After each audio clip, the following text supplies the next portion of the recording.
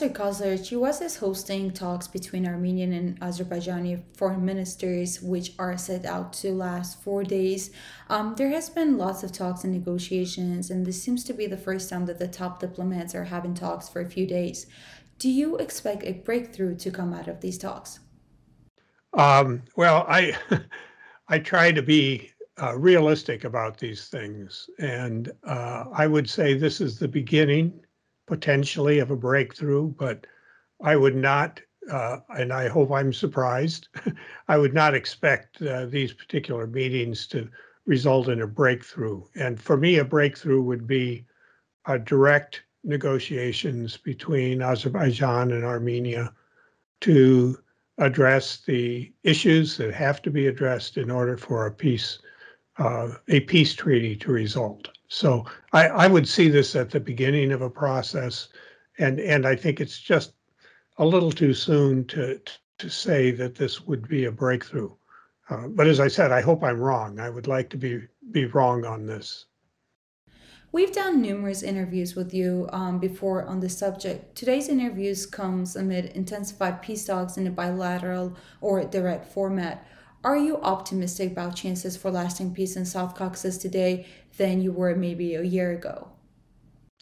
Well, I mean, a year ago is a long time in terms of developments that we've seen in the South Caucasus. I think there was a period when there was just a frozen conflict. There really wasn't anything happening, and then we had the war that resulted in Azerbaijan returning not only territory that had been Azerbaijani and occupied by Armenians, but also part of, and I'll use the word, I know there's a big argument that can be developed about whether it's Nagorno-Karabakh or whatever you want to call, but Azerbaijan was able to take control of part of that.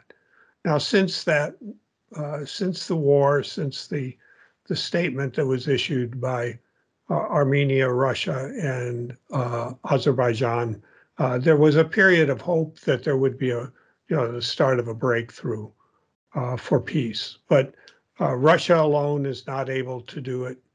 I would argue that even the U.S. alone is not able to do it. I think what we need to do is focus less on who is calling meetings, on more on what is the attitude of Armenia and Azerbaijan toward making peace.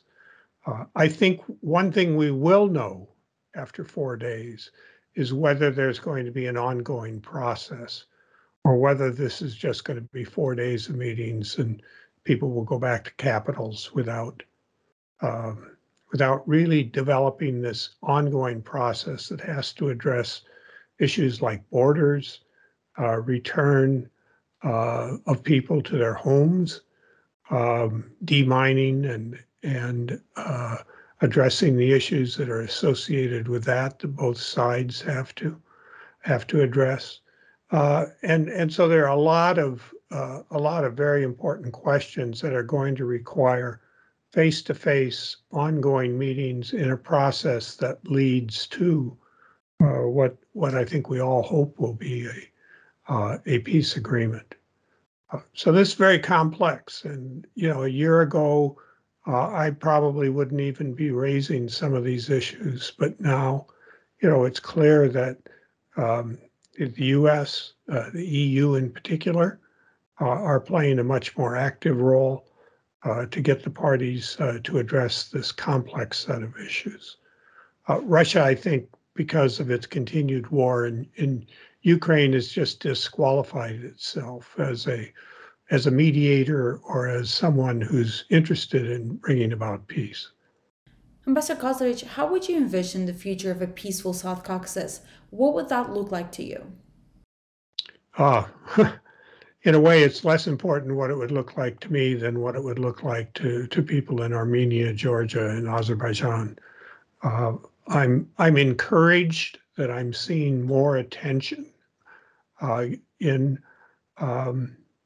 in think tanks and academics from the countries in the South Caucasus to these issues. That's encouraging to me. But you asked what I thought, and I will tell you what I thought. I would hope we could get in the South Caucasus the objective that we sought back in 1990, when 93, when independence came again to the countries in the region.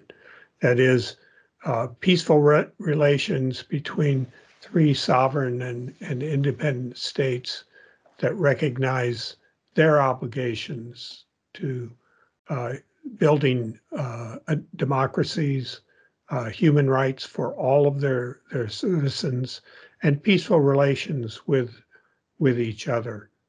Um, I would call it a more normal set of relations than we have today.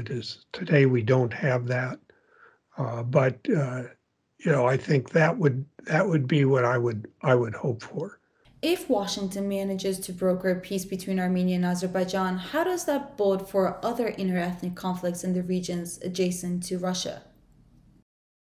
Well, you have to have people who are willing to end the conflicts to begin, and until Ukraine being the most vivid example, until the war stops and Russia withdraws its troops, it's hard to see any kind of process such as we see underway now in Washington regarding Armenia and Azerbaijan.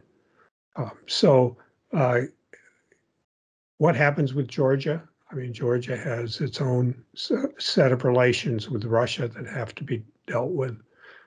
Even if Armenia and Azerbaijan are able to move toward a more positive process of peace building, they have neighbors like Iran who have to be dealt with, and the U.S. has to pay attention to that.